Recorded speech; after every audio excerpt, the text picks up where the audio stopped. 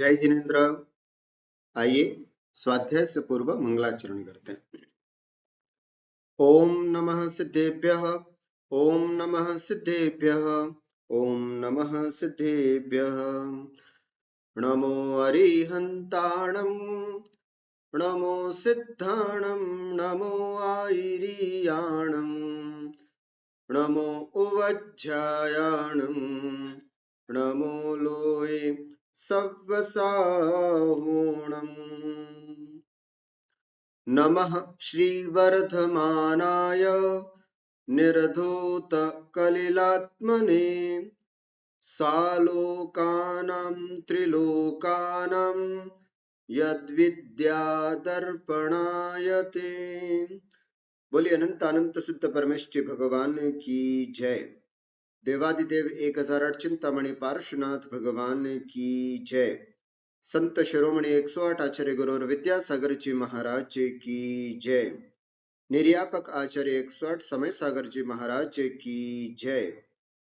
परम पूज्य जगत पूज्य निर्यापक मुनि गुरुवर 108 से सुधा सागर जी महाराज की जय। समस्त मुनि संघ की जय। द्वादशांग जिनवाणी माता की जय। अहिंसामय विश्व धर्म की जय। द्वादश वर्षीय श्रवण संस्कृति स्वाध्याय पाठ्यक्रम के द्वितीय वर्ष में अध्ययनरत आप सभी महानुभावों का मैं हार्दिक अभिनंदन और स्वागत करता हूं। अभी हम रत्न करंडक शावकाचार का यहाँ पर स्वाध्याय कर रहे हैं, जिसमें सबसे महत्वपूर्ण बिंदु पर हम चर्चा कर रहे हैं संलेखना अधिकार।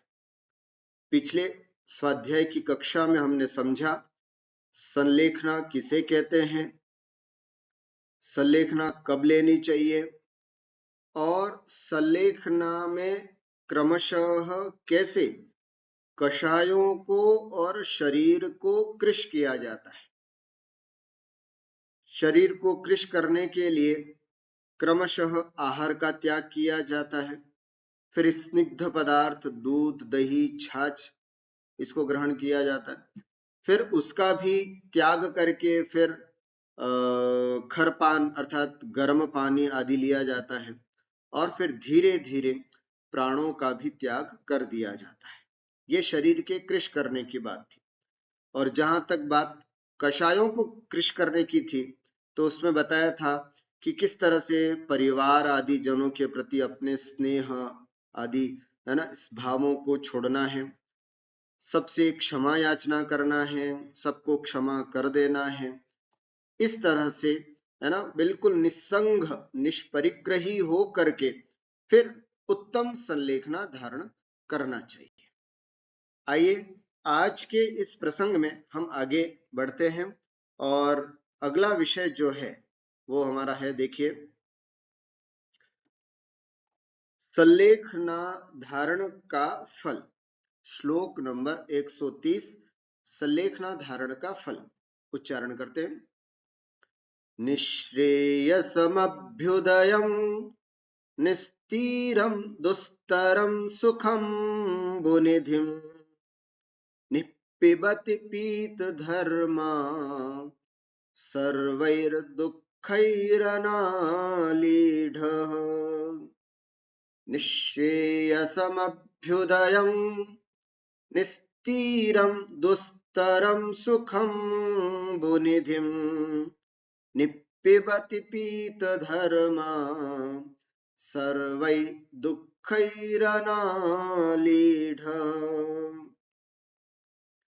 निःश्रेयसम, निःश्रेयसम अर्थात मोक्ष को, अभ्युदयम है ना, निःश्रेयसम अभ्युदयम, अभ्युदयम माने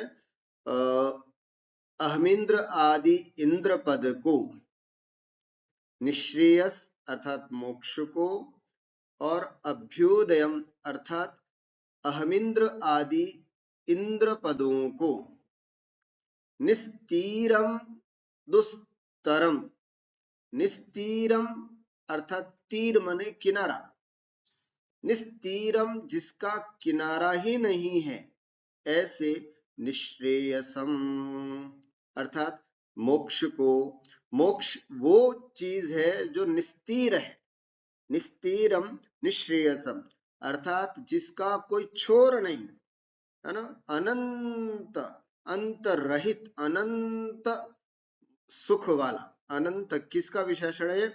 सुखाम्बु निधिम, सुख रूपी अम्बु निधि अर्थात समुद्र, सुखाम्बु निधिम सुख रूपी समुद्र को निपिबती पीता है।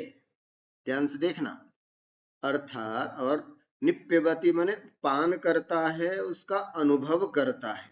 कौन कौन अनुभव करता है? निश्रेयस का और अभ्युदय का। पीत धर्मा, है ना, अर्थात जिसने धर्म रूपी अमृत को अच्छे से पान किया है, ऐसा सल्लेखनाधारी क्षपक, है ना, जिसने अपने जीवन में धर्म को अंगीकार किया है, और जो मरण का धर्म है सल्लेखना, उसको जिसने स्वीकार किया है, ऐसा पीत धर्मा क्षपक सर्वैः दुःखैः अनालीढः, सभी प्रकार के दुखों से अनालीढ माने रहित होता हुआ। क्या अर्थ समझे?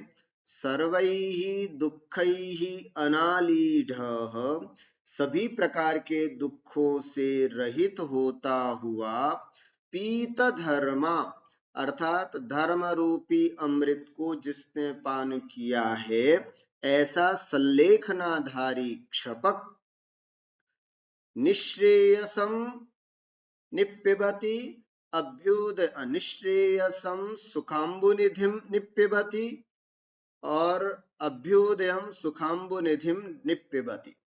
तो कैसे करेंगे हम? निश्रेयस का विशेषण निस्तीरम, अभ्युदयम का विशेषण है दुस्तरम।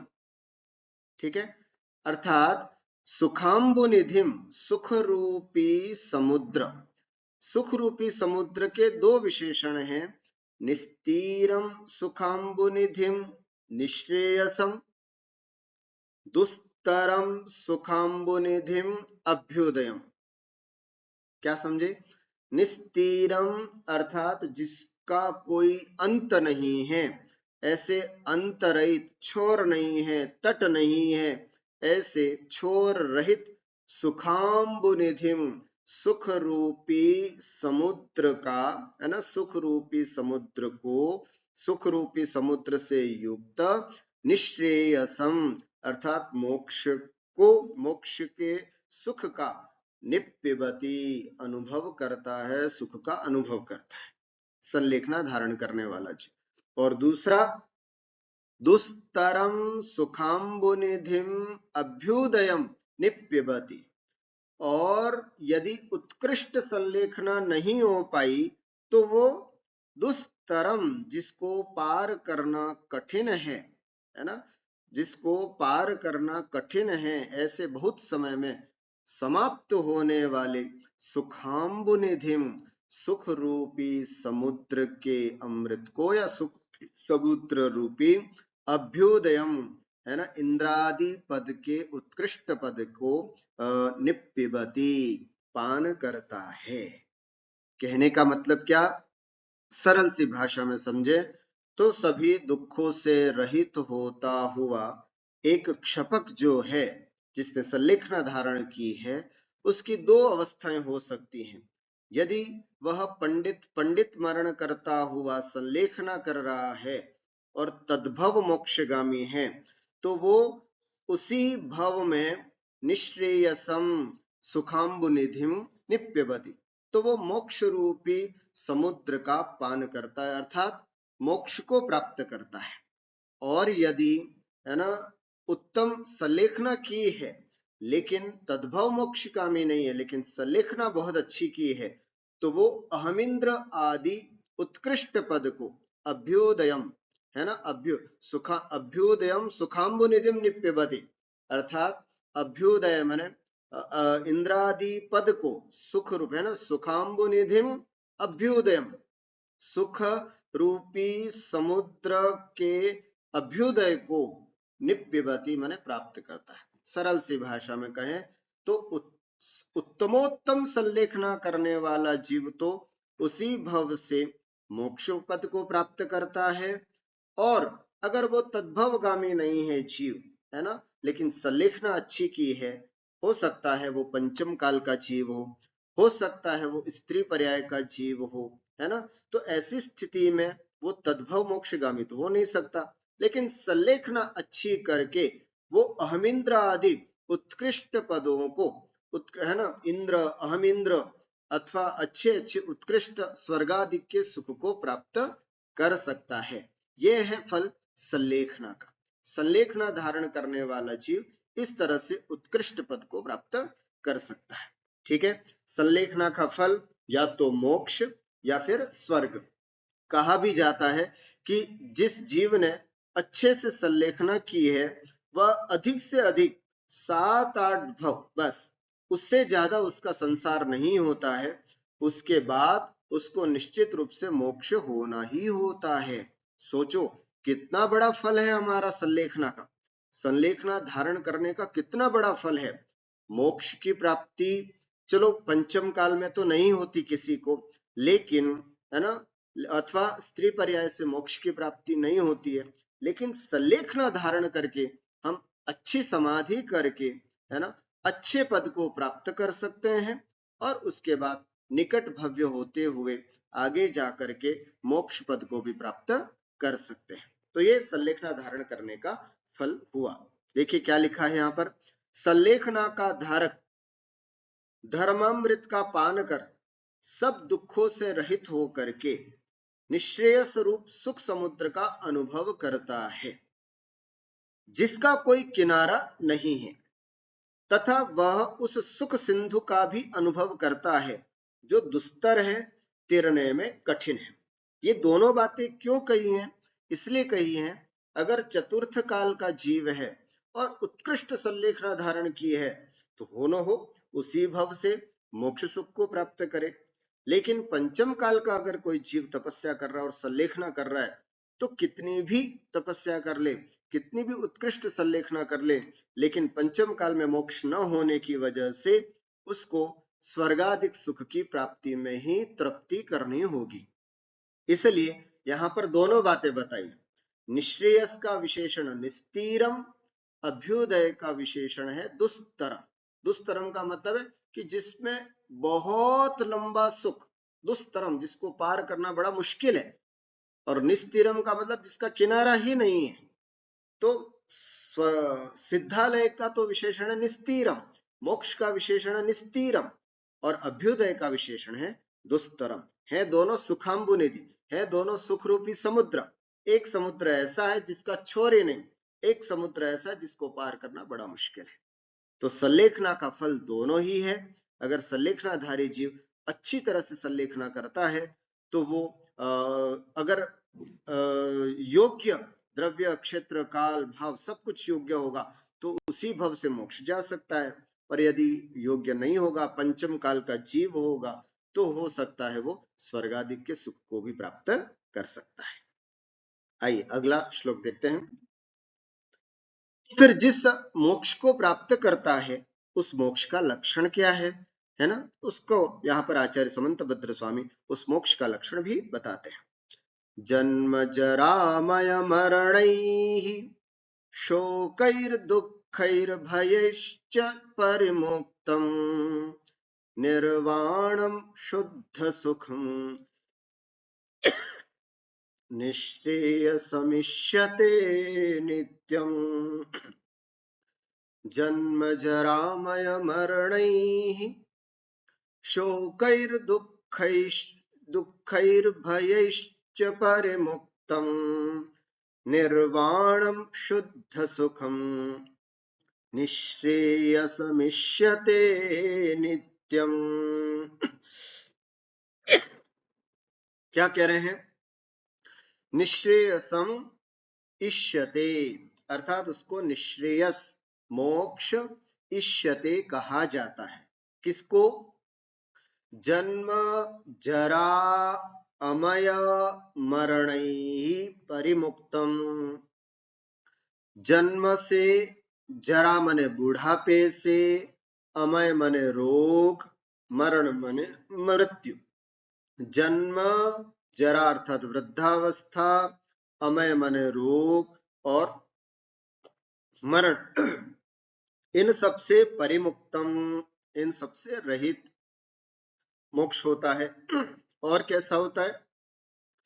शोकैर दुःखैर भयैश्च परिमुक्तम, शोक, दुख और भय से परिमुक्तम, रहित होता है। फिर से देखें, मोक्ष सुख कैसा होता है? जन्म, जरा अर्थात बुढ़ापा, अमय अर्थात रोग, मरण अर्थात मृत्यु, शोकई मने शोक, दुखई दुख, भयई और भय, इन सबसे परिमुक्तम, रहित होता है। और कैसा होता है?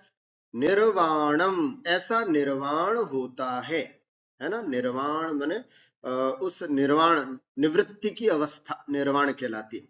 शुद्ध सुखम, और शुद्ध सुख, जो शुद्ध सुख है उससे भी परिमुक्तम, ऐसा कह सकते हैं।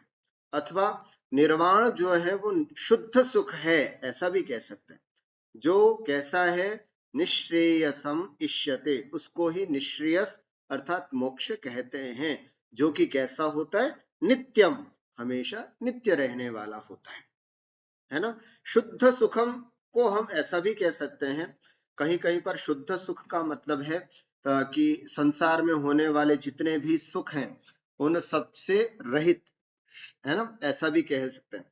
लेकिन यहाँ और शुद्ध सुख से सहित, अर्थात जो वास्तविक सुख है उससे सहित होता है, ऐसा निर्वाण होता है।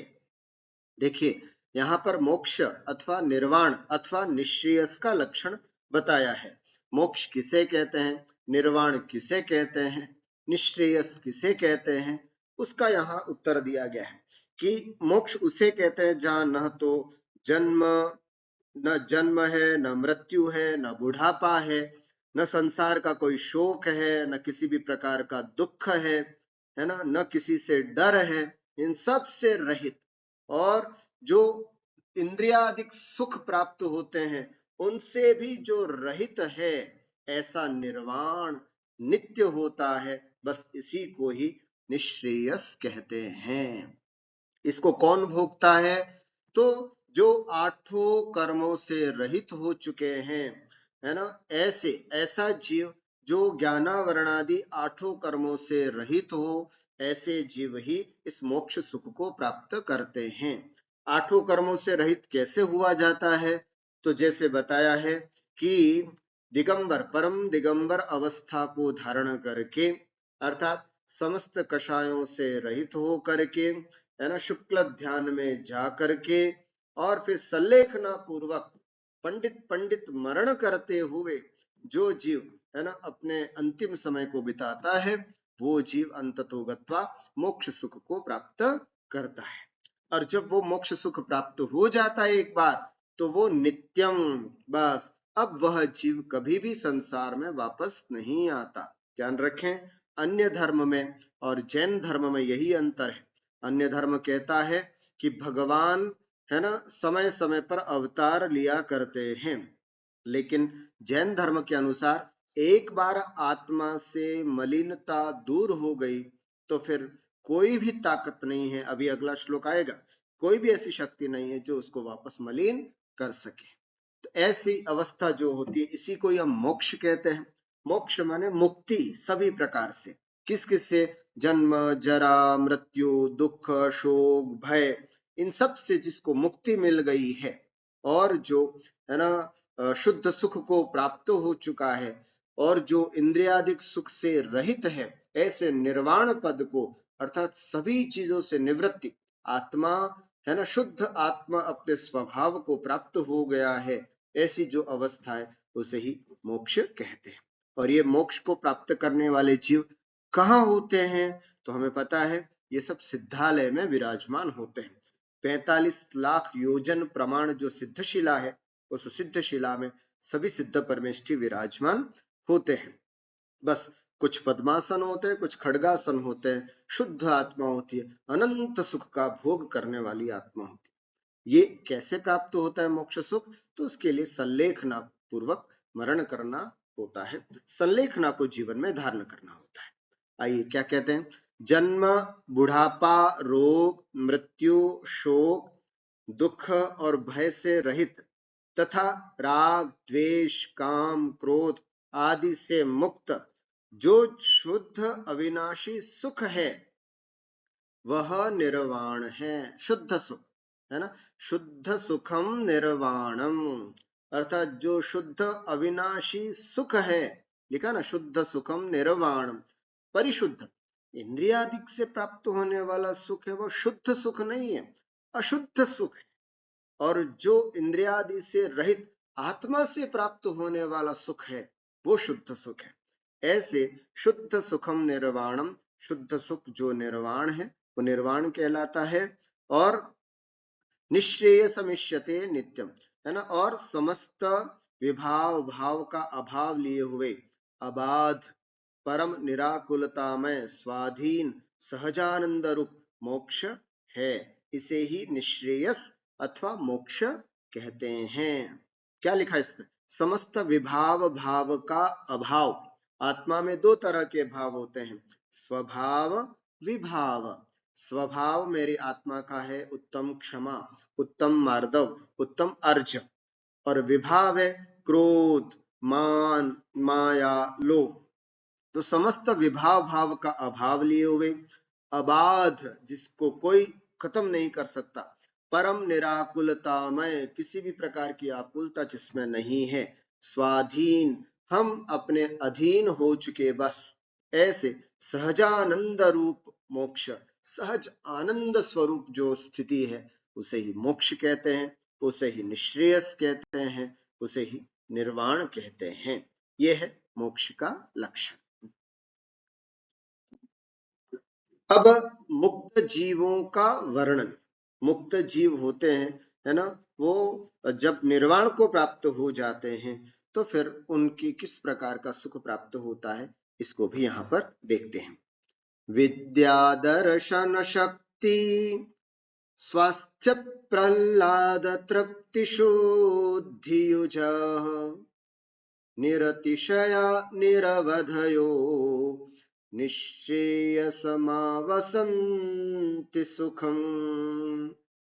विद्या दर्शन शक्ति स्वास्थ्य प्रह्लाद तृप्ति शुद्धियुजः निरतिशया निरवधयो निःश्रेयसमावसन्ति सुखम्। क्या कहा यहाँ पर? विद्या दर्शन शक्ति। विद्या का मतलब यहाँ पर ज्ञान है, केवल ज्ञान। दर्शन अर्थात केवल दर्शन, शक्ति अर्थात अनंत शक्ति, अनंत वीर्य। और स्वास्थ्य प्रह्लाद, प्रह्लाद माने सुख, आनंद।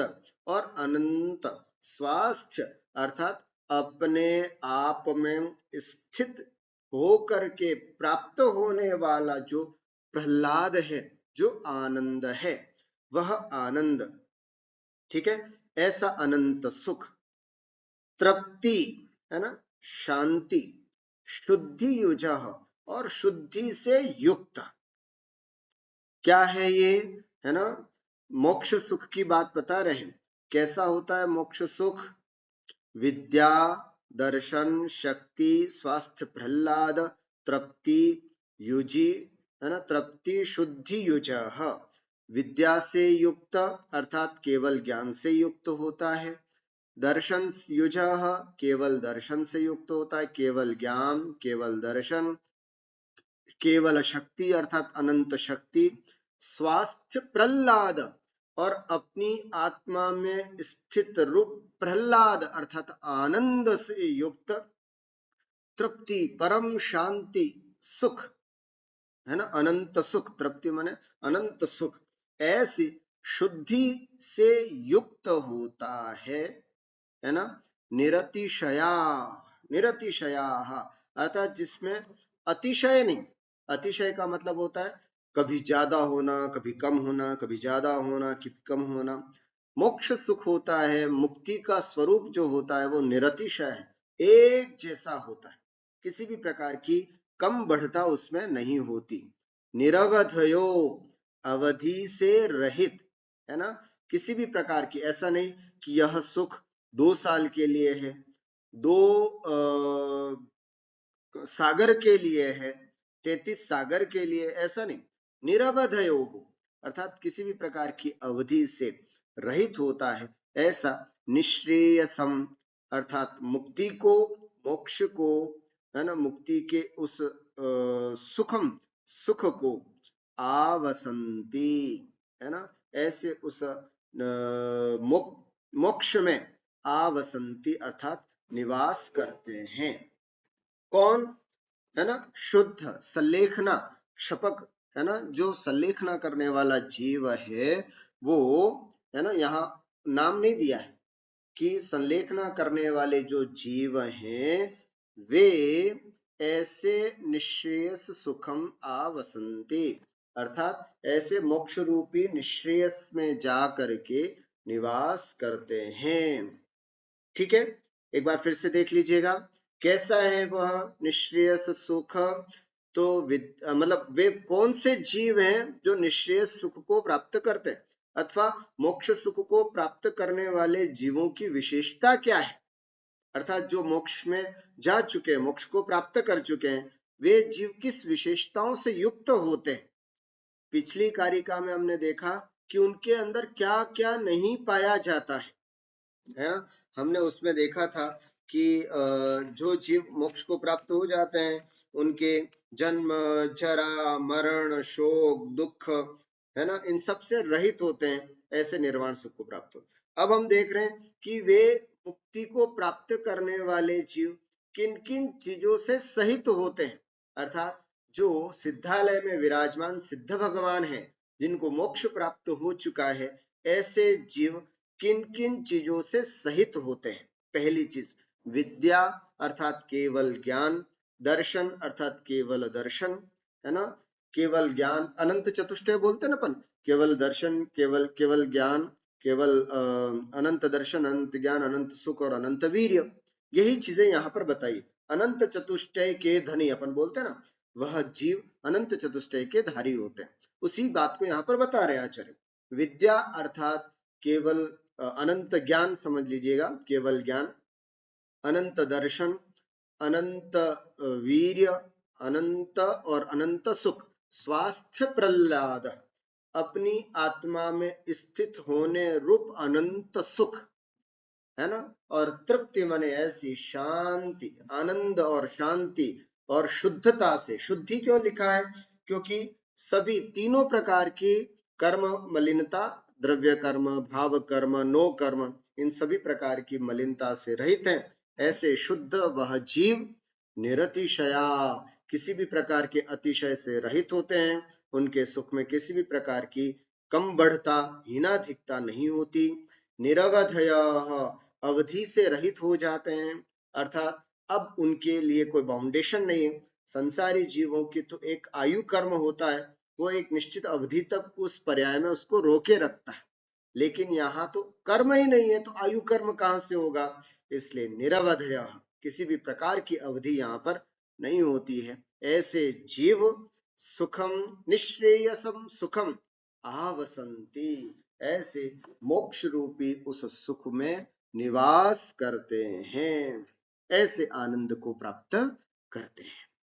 आइए भावार्थ पढ़ते हैं। उस मोक्ष में रहने वाले सिद्ध भगवान, है ना, जो वहां रहते हैं, वे अनंत ज्ञान, अनंत दर्शन, अनंत वीर्य और अनंत सुख रूप परम स्वास्थ्य, आनंद, तृप्ति एवं शुद्धि से संयुक्त रहते हैं। वे हीनाधिक भाव से रहित, समान गुणों के धारक हैं और अनंत काल तक सुख पूर्वक उस निश्रेयस में निवास करते हैं। ऐसा कभी कोई समय नहीं आएगा जब उनका सुख समाप्त हो जाएगा, वो सिद्धालय से वापस आ जाएंगे, ऐसा कोई समय नहीं होगा। ऐसे हमारे सिद्ध जीव, मुक्त जीव, मोक्ष को प्राप्त करने वाले जीव होते हैं। ऐसी अवस्था जब संलेखना से प्राप्त की जा सकती है तो हमें संलेखना को हल्के में नहीं लेना चाहिए। हमें संलेखना के विषय में उपेक्षा नहीं करनी चाहिए, एक दृढ़ निश्चय करना चाहिए, एक दृढ़ संकल्प करना चाहिए कि नहीं साहब, मैं अपना मरण संलेखना पूर्वक ही करूंगा, समता पूर्वक ही करूंगा, है ना। बिल्कुल किसी धार्मिक या धर्मात्मा के सानिध्य में ही अपना मरण करूंगा, ऐसा दृढ़ संकल्प हम सबका होना चाहिए। मुक्त जीवों के गुणों में विकार का अभाव। एक बार जब कोई जीव मुक्त अवस्था को प्राप्त हो जाता है तो उसके उस गुणों में किसी भी प्रकार का विकार नहीं होता। क्या कारण है इसका, देखते हैं। काले कल्पशते पिच गते शिवानां न विक्रिया लक्ष्य उत्पातोऽपि यदि स्यात् त्रिलोक संभ्रांतिकरणपटोः। काले कल्पशतेऽपि च गते शिवानां न विक्रिया लक्ष्या उत्पातोऽपि यदि स्यात् त्रिलोक संभ्रांतिकरणपटोः। काले कल्पशतेऽपि वा, कल्पशते अर्थात शत माने 100, सैकड़ों कल्प कालों के भी काल के, है ना, कल्पशते सैकड़ों कल्प काल के, काले काल के गते बीत जाने पर, है ना। कल्प काल का मतलब क्या होता है, अर्थात 10 कोड़ा कोड़ी उत्सर्पणी और 10 कोड़ा कोड़ी का अवसर्पणी, इन दोनों से मिलकर के बनता है एक कल्प। तो ऐसे कितने कल्प, कल्पशते काले गते पे, ऐसे सैकड़ों कल्प कालों के बीत जाने पर भी शिवानाम सिद्धानाम मुक्तावस्थ प्राप्तानाम, सिद्धों के अर्थात जिन्होंने सिद्ध अवस्था को प्राप्त कर लिया है, ऐसे जीवों के विक्रिया न लक्ष्या, किसी भी प्रकार की विक्रिया नहीं देखी जाती है। अर्थात एक बार जो जीव सिद्ध बन गया, एक बार जो जीव मोक्ष को प्राप्त हो गया, एक बार जो जीव कर्मों से रहित हो गया, वह जीव कल्पशतेऽपि काले गते, सैकड़ों कल्प काल क्यों न बीत जाएं, तब भी उनके अंदर किसी भी प्रकार की विक्रिया न लक्ष्या, किसी भी प्रकार का विकार, किसी भी प्रकार का दोष उनमें नहीं देखा जाता है। और आगे, उत्पातोपि यदि स्यात्, यदि उत्पात भी क्यों न हो, सोचिए, भयंकर से भयंकर उपद्रव भी क्यों न हो। कैसा उपद्रव, तो कहते हैं त्रिलोक संभ्रांति करण पटु उत्पात, अर्थात तीनों लोकों में संभ्रांति खलबली मचा देने में समर्थ, है ना। तीनों लोकों में पूरा तीनों लोक ऊपर नीचे हो जाए, पूरा तीनों लोक, है ना, में भयंकर उत्पात मच जाए, खलबली मच जाए, ऐसे खलबली पैदा करने में समर्थ उत्पातोपि, ऐसा भयंकर उपद्रव भी क्यों न आ जाए, फिर भी शिवानाम विक्रिया न लक्ष्या, फिर भी सिद्ध जीवों के विक्रिया न लक्ष्या, उनके गुणों में किसी भी प्रकार का विकार नहीं हो सकता। सोचिए, ऐसे गुण हमारी आत्मा में भरे हुए हैं, ऐसे गुण। अभी हम संसार अवस्था में हैं, अभी हम कर्मों से युक्त हैं, इसलिए हर छोटी छोटी बातों में एकदम विचलित हो जाया करते। यदि हम एक बार हम अपनी आत्मा में झांक करके देखें तो हमारे अंदर ऐसे ऐसे गुण भरे हुए हैं, ऐसे अनंत गुण भरे हुए हैं कि कितनी बड़ी बात लिखी, त्रिलोक संभ्रांति करण पटुः उत्पातोपि, है ना। इतना भी उत्पात क्यों न हो जाए, तीन लोक में संभ्रांति विकार, तीन लोकों में खलबली मचा देने वाले, उथल पुथल कर देने वाला उत्पात भी क्यों न हो, है ना, फिर भी शिवानाम विक्रिया न लक्ष्या, लेकिन फिर भी सिद्धों की किसी भी प्रकार की विकार, उनके गुणों में कोई विकार नहीं, उनके स्वभाव में कोई कम हीनाधिकता नहीं हो सकती है। यह है मुक्तावस्था की दशा। क्यों बता रहे हैं ये सब? जिससे कि हमारा संलेखना लेने के प्रति भाव बढ़े, है ना, इसलिए यहां पर बताया जाए ऐसे मुक्त जीव होते हैं, है ना। 8 कर्मों के नाश करने पर 8 गुण प्राप्त होते हैं। वे जो 8 गुण प्राप्त होते हैं, ये तो मोटे मोटे स्थूल रूप से बताए गए। उसके अलावा जो सिद्धावस्था को प्राप्त होते हैं, उनके अनंत गुण होते हैं, और उन अनंत गुणों में किसी भी प्रकार का कोई भी विकार अनंत काल तक नहीं आने वाला है। इसलिए अगर प्राप्त करने की इच्छा है तो क्या प्राप्त करो, है ना, संसार के सुख प्राप्त करने की इच्छा नहीं करना। अरे मेरी नौकरी लग जाए, मेरी शादी हो जाए, मेरा बिजनेस अच्छा चल जाए, मेरा मकान बन जाए, ये सब सुख प्राप्त करने की इच्छा भगवान की कभी नहीं करना। अथवा मुझे स्वर्गाधिक सुख की प्राप्ति हो जाए, मुझे भोग भूमि प्राप्त हो जाए, मुझे विदेह क्षेत्र प्राप्त हो जाए, नहीं बंधुओं, ये सब क्षणिक सुख है, सब क्षणिक सुख है। तब क्या करें? तो तब कहते हैं तो कि मुझे केवल मोक्ष सुख की प्राप्ति हो, बस ऐसा सुख प्राप्त हो जिसके बाद कभी दुख नहीं हो, है ना। अपन पूजा में पढ़ते हैं ना, जब जो लो न पाऊं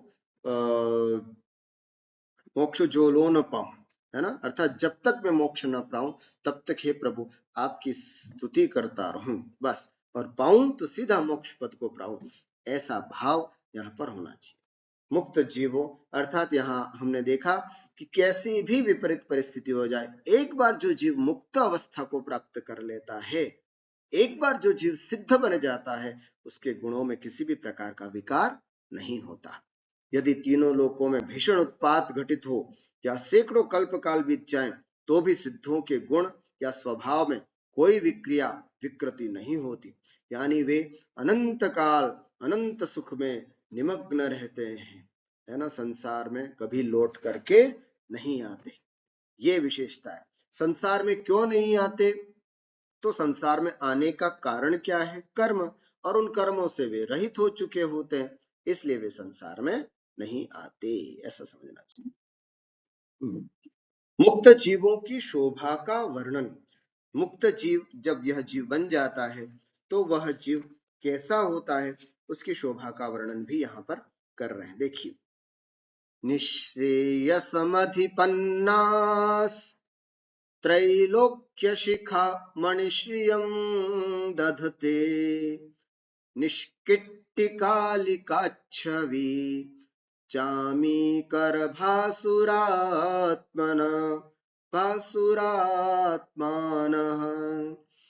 निःश्रेयसमधिपन्नास्त्रैलोक्यशिखामणिश्रियं दधते निष्किट्टिकालिकाच्छवि चामीकरभासुरात्मानः। निःश्रेयसम, है ना, निःश्रेयसम अर्थात मोक्ष को अधिपन्नाः प्राप्त हुए जीव, निःश्रेयसम अधिपन्नाः अर्थात निःश्रेयस को प्राप्त हुए जीव क्या करते हैं? त्रैलोक्य शिखा मणिश्रियम दधते। त्रैलोक्य, है ना, तीनों लोकों के शिखा अर्थात शिखा माने अग्रभाग समझ लीजिएगा, सिद्धालय समझ लीजिए, उसके मणिश्रियम अर्थात मणि रूपी सुंदरता को दधते धारण करते हैं, प्राप्त करते हैं। फिर से देखें, निःश्रेयसमधिपन्नाः मोक्ष सुख को प्राप्त करने वाले जीव, है ना, मोक्ष सुख को प्राप्त करने वाले सिद्ध जीव त्रैलोक्य शिखा मणिश्रियम दधते, तीन लोक के अग्रभाग को में स्थित, है ना, मणि श्रियम, उस मणि के समान सुंदरता को, चूड़ामणि की सुंदरता को दधते, धारण करते हैं। ठीक है। त्रैलोक्य, तीन लोक की शिखा क्या है? सिद्धालय। सिद्धालय का मणि कौन है? सिद्ध भगवान। ऐसे सिद्ध भगवान की मणि अर्थात तीन लोक का शिखा है सिद्धालय, और सिद्धालय के मणि रूपी सुंदरता को प्राप्त करते हैं कौन? जो मोक्ष को प्राप्त कर चुके हैं। जैसे कहते हैं ना कि इस पूरे शरीर का शिखा भाग ये है, और इसकी मणि, जैसे यहां पर कोई मणि धारण करता है, उसी प्रकार तीन लोक की शिखा है सिद्धालय, और उस सिद्धालय में एक रत्न की तरह, एक रत्न जिस तरह से सुंदर देदीप्यमान होता है, इसी प्रकार यह मुक्त जीव उस सिद्धालय में बैठ करके उस रत्न के समान सुंदरता को, शोभा को प्राप्त करता है। और कहते हैं निष्किट्टिकालिका छवि, निष्किट्टिकालिका, और वो कैसा होता है? निष्किट्टिकालिकात, कीट और कालिमा, है ना, इन दोनों से निश माने रहित होता हुआ, छवि चामी कर भासुरात्मान, और कहते हैं चामीकर, चामीकर माने स्वर्ण, स्वर्ण के समान छवि, है ना, देदीप्यमान स्वर्ण के समान छवि वाला होता हुआ, भासुरात्मान, अपनी आत्मा को, भासुर माने प्रकाशमान करने वाला, जिसकी आत्मा अत्यंत प्रकाशमान हो चुकी है, ऐसे वे जीव, है ना, ये दोनों विशेषण हैं, है ना, निश्चेषम अधिपन्ना के, है ना, ये निश्चेषम अधिपन्ना। एक बार अर्थ देखें, निष्किट्टिकालिकात छवि चामीकर भासुरात्मानः निश्चेषमधिपन्ना, यहां तक सिद्ध भगवान की विशेषता है। क्या बताए?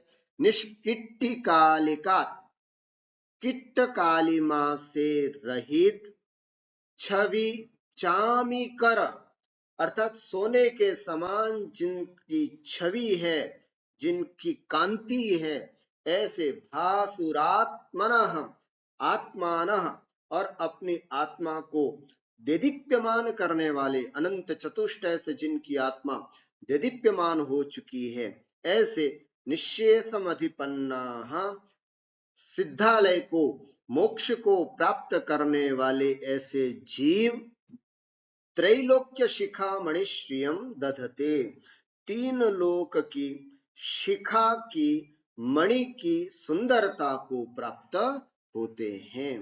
अर्थात अपने कर्म कलंक आदि से रहित, है ना, और आत्मा की ऊर्जा से, जिसकी आत्मा देदीप्यमान हो चुकी है, आत्मा के अनंत गुणों से जिसकी आत्मा भासुरित हो चुकी है, जिसकी आत्मा देदीप्यमान हो चुकी है, ऐसे जीव मोक्ष को प्राप्त करके तीन लोक के उस शिखामणि के समान अपनी सुंदरता को प्राप्त करते हैं।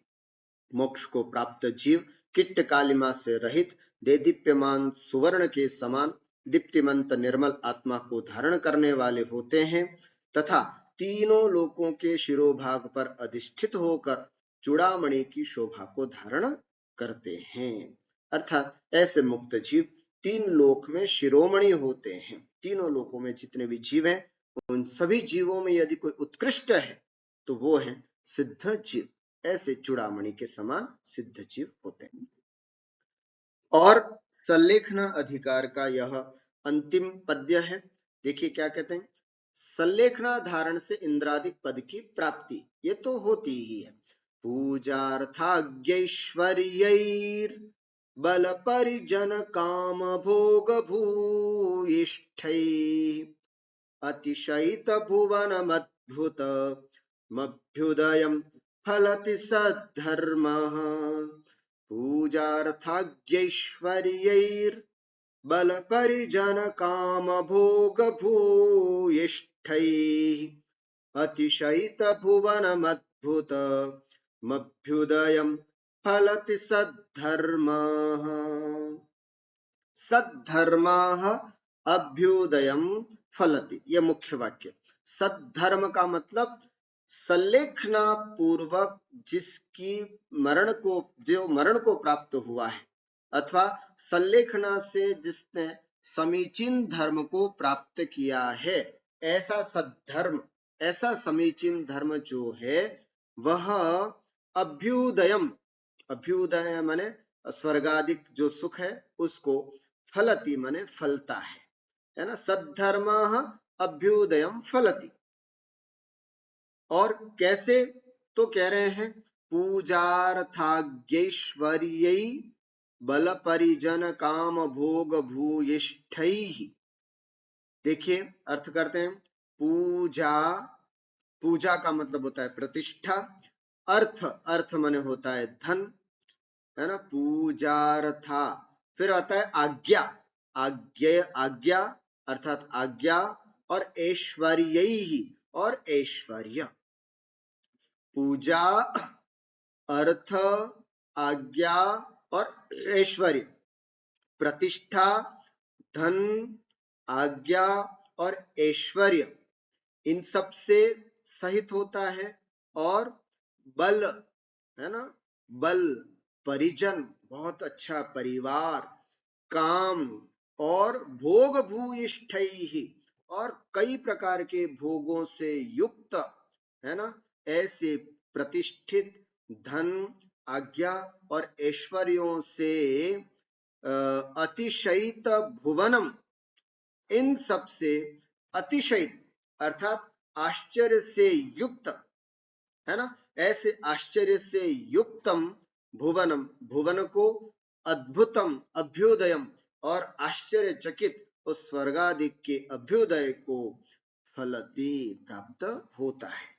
अर्थात क्या कह रहे हैं कि कैसे ये अभ्युदय जो है, स्वर्गादिक जो सुख है वो कैसा है, तो ध्यान से देखेंगे दो विशेषण दिए। एक तो अद्भुतम, अद्भुत होता है, आश्चर्यचकित होता है, मतलब जिस सुख को प्राप्त करने के बाद यह जीव आश्चर्यचकित हो जाता है। मान लीजिए कोई जीव संलेखना से मरण को प्राप्त हो, और जैसे मरण, संलेखना से मरण करके यह जीव स्वर्ग में उत्पन्न होता है, और स्वर्ग में जैसे ही वह अपनी उत्पात शैया से उत्पन्न उठता है, तो उसको अद्भुत, बड़ा आश्चर्य होता है, अरे मैंने इतना अच्छा कार्य किया कि ओहो मैं स्वर्ग में आ गया, मैं स्वर्ग में आ गया। इसलिए उसको बड़ा अद्भुत, आश्चर्यचकित होने वाला वह सुख होता है, वो अभ्युदय आश्चर्यचकित होता है।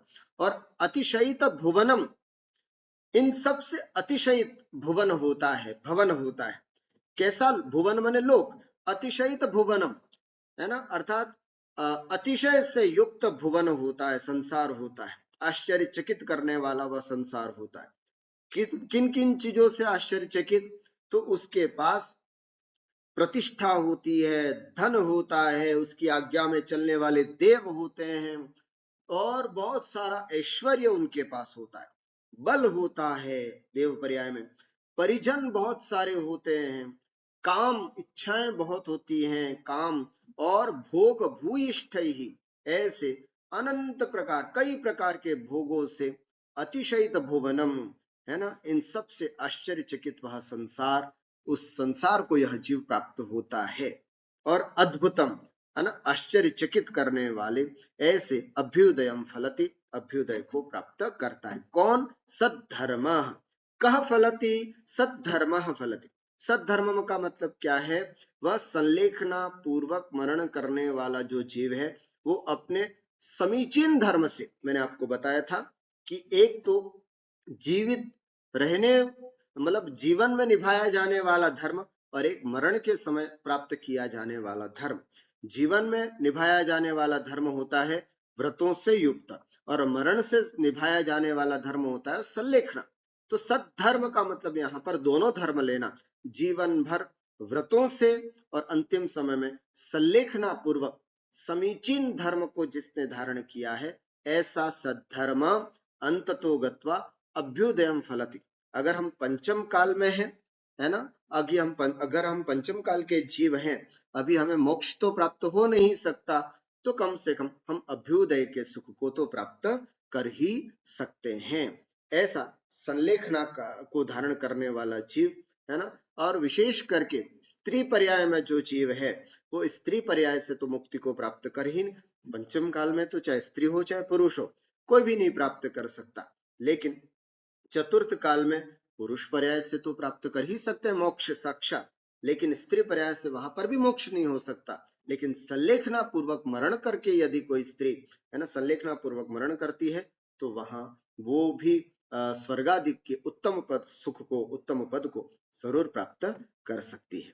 सम्यक दर्शन, सम्यक ज्ञान, सम्यक चारित्र रूप समीचीन धर्म, देखो सद्धर्म का मतलब यहाँ पर यह भी लिया है, सम्यक दर्शन, सम्यक ज्ञान और सम्यक चारित्र रूप समीचीन धर्म जिस अभ्युदय को परिणमित होता है वह पूजा, धन तथा आज्ञा के ऐश्वर्य से संयुक्त होता हुआ बल, परिजन, काम तथा भोग की प्रचुरता के साथ लोक में अत्यंत उत्कृष्ट और आश्चर्यजनक होता है, ऐसा वह अभ्युदय प्राप्त जीव करता है। आज हमने इस प्रकार से संलेखना अधिकार यहाँ पर हमारा पूरा होता है ना। इस संलेखना अधिकार में संलेखना क्या होती है ना, कौन सा जीव कब संलेखना धारण करता है ना, और संलेखना में किस तरह से क्रमशः शरीर को और कषाय को क्षीण करना होता है, संलेखना करने के बाद जीव कहाँ जाता है ना, तो कहते हैं या तो उत्तम सुख मोक्ष को प्राप्त करता है या फिर स्वर्ग आदि के सुख को प्राप्त करता है। तो उत्तम सुख क्या होता है वो देखा हमने है ना, उसमें किन किन चीजों से रहित होता है उस मोक्ष में और किन किन चीजों से सहित होता है उस मोक्ष में, वो चीज भी देखी। और अगर हम पंचम काल के जीव हैं, यदि हम संलेखना पूर्वक मरण करते हैं तो किस प्रकार के स्वर्ग आदि को सुख को हम प्राप्त करते हैं। महानुभाव, बस एक ही हम आप सबसे निवेदन करना चाहते हैं, यह रत्नकरण शावकाचार्य का बहुत महत्वपूर्ण अधिकार है संलेखना अधिकार। इसको पढ़ने के बाद हम अपनी भावना जगाएं, हम ये दृढ़ संकल्प करें कि मैं इस पर्याय में तो कम से कम संलेखना पूर्वक ही मरण करूंगा, मरण करूंगी, ऐसा परिणाम जरूर आना चाहिए है ना। मैं ऐसी अनुकूलताएं बनाऊं अभी से, मैं अभी से ऐसी अनुकूलता बनाऊं, ऐसा एक स्वाध्याय मंडल बनाऊं, एक ऐसा स्वाध्याय ग्रुप बनाऊं, एक ऐसे गुरु के सानिध्य में रहूं जिससे जो मेरा अंतिम समय सुधार सके है ना। मैं ऐसी जगह जाकर के बसूं है ना, ऐसी जगह जाकर पे अपना बुढ़ापा बिताऊं जहां मुझे बहुत अच्छे लोग, बहुत अच्छा परिकर मिले और मेरा अंतिम समय अच्छे से बिताए। साथ में अपने परिवार में इस तरह का माहौल बनाए, अपने बच्चों को ऐसे संस्कार दें जो हमारा अंतिम समय किसी हॉस्पिटल में वेंटिलेटर पर हमारा अंतिम समय न हो, बल्कि ऐसे किसी गुरु के सानिध्य में बीते जो कम से कम धर्म के दो शब्द सुनाए, हमें संलेखना करने के लिए प्रेरित करें, हमें व्रत और महाव्रत लेने के लिए प्रेरित करें। ऐसे हम अपने परिवार में भी माहौल बनाएं, बच्चों को बार बार कह करके रखें, प्रसंग प्रसंग में उनको ये कह करके रखें कि ये हमें संलेखना लेनी है, मुझे इस तरह से मरण को प्राप्त होना है, तो हो न हो उन बच्चों को अगर वो संस्कार रहेगा तो हमारा अंतिम समय बहुत अच्छे से वो करवाएंगे। तो ऐसी संलेखना से हमें मरण करना है, तभी हमारा जीव और सार्थक होगा। कहते हैं संलेखना से मरण करने वाला जीव अधिक से अधिक 7-8 भव संसार में रहता है, उसके बाद नियम से मोक्ष को प्राप्त करता है। हम सभी ऐसी संलेखना को धारण करें और आगे जाके उस मोक्ष पद को प्राप्त करें। ऐसी मंगल भावना के साथ मैं अपनी बात को विराम देता हूँ। बोली द्वादशांग चिन्वाणी माता की जय।